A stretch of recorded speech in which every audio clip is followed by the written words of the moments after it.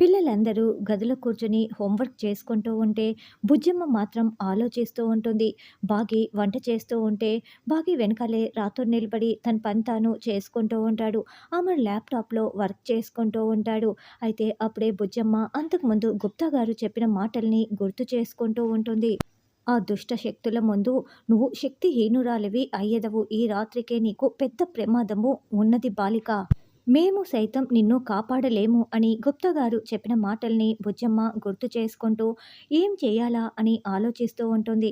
Already Gupta గారు లోపల ఏదో ప్రమాదం ముంచుకు వస్తున్నది అని గార్డెన్‌లో నిలబడి ఇంటి వైపే చూస్తూ ఉంటాడు. ఇదే అవకాశంగా తీసుకున్న చెంబాలో ప్రవేశించిన ప్రచండ హాల్లోకి వచ్చి చేతికి ఉన్న ఆ వెండి కంకణంతో ఏవో మంత్రాలు చదువుతూ ఉంటాడు. అలా మంత్రాలు చదవటంతో ఉన్నట్లుండి కరెంటు పోతుంది.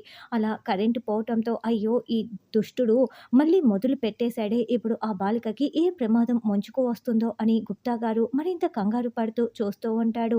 అలా కరెంటు పోగానే చెంబలో ఉన్న ప్రచండ క్యాండిల్ పట్టుకొని వెలిగించుకొని మెట్లు ఎక్కి వెళ్తూ ఉంటాడు.